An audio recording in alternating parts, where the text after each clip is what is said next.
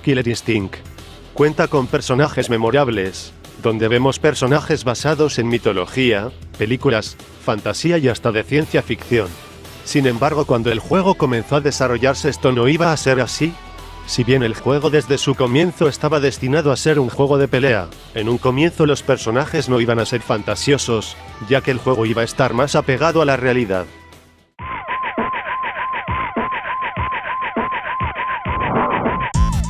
Los desarrolladores comentan que en un inicio del proyecto, el tema principal era de punks callejeros, donde todos los personajes estarían basados en la realidad.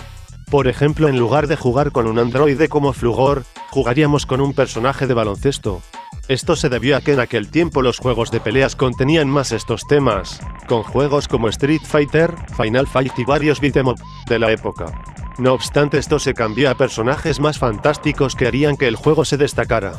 Una de las razones puede ser a que luego que Nintendo se acercará para ver la presentación para Donkey Kong Country.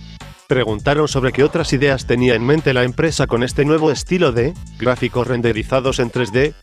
Entonces se mostró algunas ideas para juegos de lucha cuando se comenzó a experimentar con el nuevo software en 3D, donde en uno de los bocetos se veían personajes de estilo robot, cyborg con camuflaje del ejército, todos con el aspecto musculosos con cabello rubio peróxido, y ninjas con coletas y piernas biónicas. A lo que Nintendo le agradó la idea y les dio el apoyo que necesitaban para desarrollar el juego en lo que eventualmente se convirtió.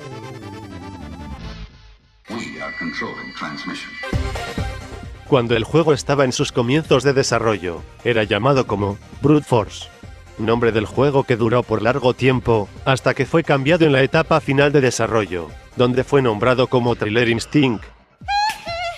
Nombre que duró poco, pero es posible encontrar esta pantalla de título con el nombre Killer Instinct, usando ciertos códigos de trucos en su versión arcade. Finalmente el equipo de desarrollo no conforme con el nombre del título, lo cambiaron al que todos conocemos y muchos fans lo prefieren, Killer Instinct. Pero el nombre del juego no fue lo único que cambió, ya que en los inicios de desarrollo, la mayoría de los personajes tenían otro nombre y otro aspecto. Como Orchid, donde en sus inicios se iba a llamar Wanda y su aspecto era totalmente diferente. En esta ocasión se puede decir que el personaje se cambió totalmente, ya que Wanda contaba con un traje rojo, era rubia y tenía un bastón, posiblemente iba a ser una hechicera. Cosa que de cierta manera Orchid se quedó, ya que para su versión de lanzamiento en uno de sus movimientos finales puede convertir a su oponente en un sapo, tal vez un ataque final de Wanda que fue trasladado a Orchid.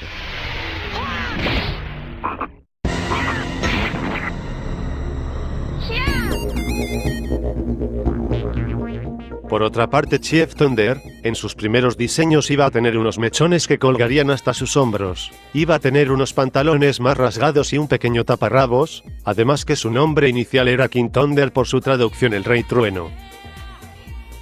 Sabrewulf iba a tener una paleta de colores más clara a diferencia de su versión final que es más oscura, su nombre inicialmente era Newton, luego pasó a ser Werewolf, pero este fue cambiado por Sabrewulf en honor a un videojuego desarrollado en 1984 por Ultimate Play the Game, en el que posteriormente se convirtió en Rare. En cuanto a Glacius y Thunder, fue el resultado de los efectos que tenía el software con el que se trabajó para los modelados en 3D. Con esos efectos de hielo y fuego del software, el diseñador de personajes decidió incluirlos en el juego. Fue ahí donde Thunder originalmente iba más como lava fundida, que como fuego, pero que al final se decidió hacer al personaje más como la antorcha humana.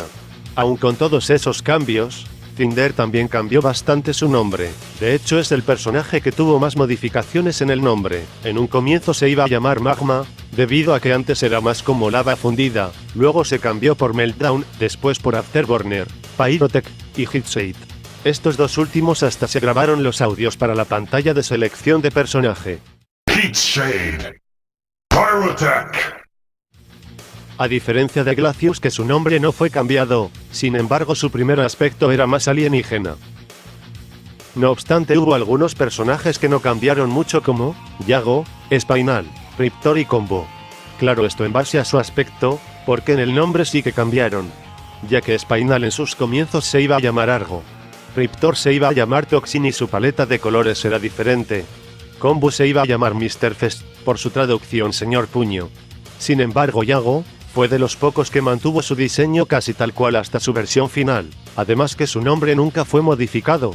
Como dato curioso, Yago inició como un personaje genérico para la captura de movimientos y como en aquel tiempo era difícil de animar el cabello, el diseñador principal del juego, Kevin Bayliss, le hizo un gran copete, un corte de cabello que el mismo Kevin tenía, por lo que los demás le decían que Yago se parecía mucho a él y que se estaba creando a sí mismo. El prototipo del juego comenzó en junio de 1993, y al comienzo del proyecto, el juego solo tenía un par de boxeadores que el artista principal Kevin Bayliss había modelado en la pantalla. Uno de esos boxeadores posteriormente se convirtió en TJ Combo, por lo que de cierta manera, Combo fue el primer personaje en ser diseñado y en estar dentro del juego. En la versión original de arcade, en el juego iban a aparecer unas pantallas donde indicaban a los jugadores prevenir problemas juveniles y ser más ecológicos, como esta pantalla que nos habla sobre reciclar, esta otra que decía que no consumieras drogas, o una del grupo Grid, que se dedica a prevenir la violencia de pandillas y el crimen juvenil. Al final estas pantallas fueron removidas para ser vistas por el jugador, sin embargo aún están dentro del juego y es posible verlas usando ciertos códigos de trucos. Se desconoce por qué se quitaron del juego.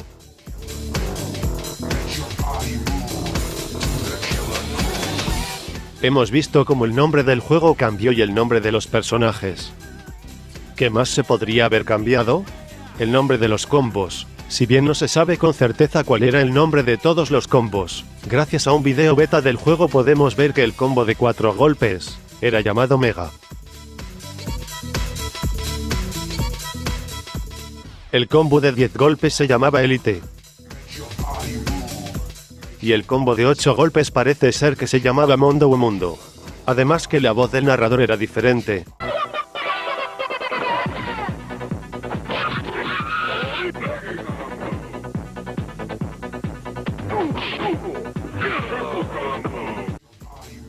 Otra de las cosas que se destaca de este video beta del juego es que algunos escenarios eran distintos, al igual que la selección de personajes, donde podíamos ver secuencias de video de nuestro personaje previo a elegir, secuencias de video que pasaron a formar parte de las animaciones de Versus.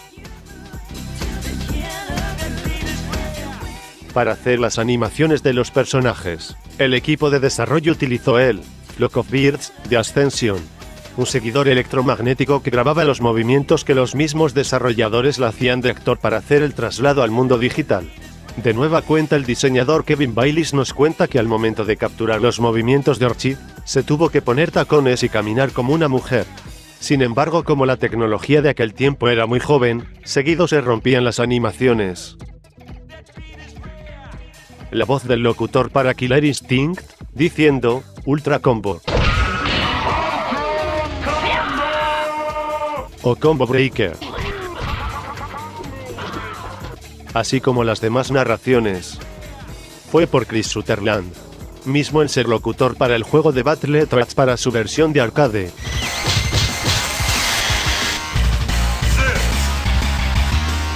Y también le dio la voz a Banjo-Kazooie.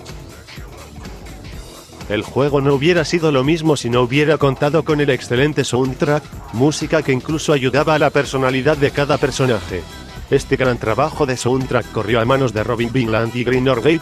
Este par de grandes amigos se dieron la tarea de convertirse en referentes dentro del increíble equipo creativo de Rare, y lo lograron al grado de ganar el reconocimiento de colegas como el inmortal David Wise, el cual afirmó que ambos fueron de mucha inspiración para él, al momento de componer. Si bien después de escuchar todo el soundtrack del juego te has quedado con ganas de escuchar más, pues Robin Vinland en su página de SoundCloud subió 2 tracks beta de Killer Instinct. Uno es el tema beta de Idol, el cual se escuchaba más estilo de Amazonas.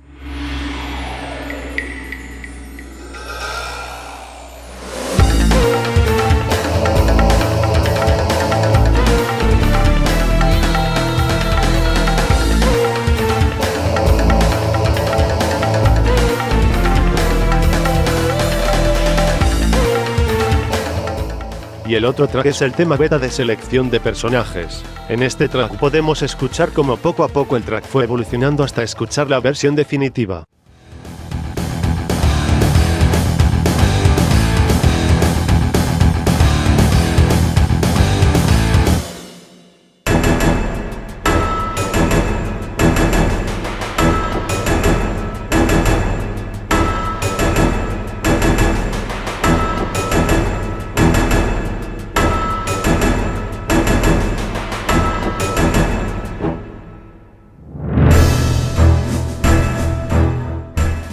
En la descripción del video te dejo los enlaces a estas melodías y comenta qué te han parecido. Si te hubiera gustado que hayan sido integradas o las que quedaron en su versión final fue la mejor elección. Al momento de que el juego se convirtió en un gran éxito se tenía pensado lanzarlo para las consolas caseras, fue donde se pensó en lanzarlo para el Nintendo 64, pero después de tantos retrasos sobre la salida de esta nueva consola, se decidió lanzarlo para el Super Nintendo, siendo una de las mejores adaptaciones a pesar de las limitaciones. Sin embargo, en la versión beta podemos ver que el juego iba a tener más frames de cada personaje dándoles unos movimientos más similares al arcade, pero es muy posible que por problemas técnicos estos frames se tuvieron que ir. Además, para su versión beta podemos ver que algunos escenarios como los de Cinder y Orchid, el piso era diferente. También el sprite de Flugor al momento de salir en Versus. Lo mismo sucedió en los sprites de cada uno de los personajes. Al momento de ver su descripción y características, todos estos fueron cambiados para su versión final.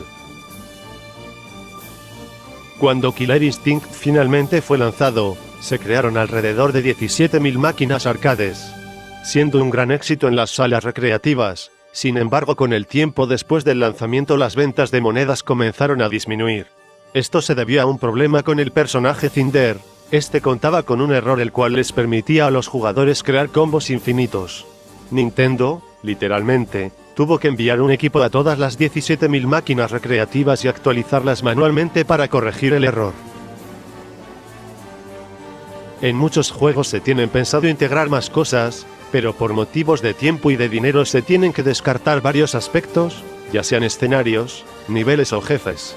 En el caso de Killer Instinct se tenía pensado integrar dos personajes que al final fueron cancelados. No existen bocetos de estos personajes, ni modelados 3D.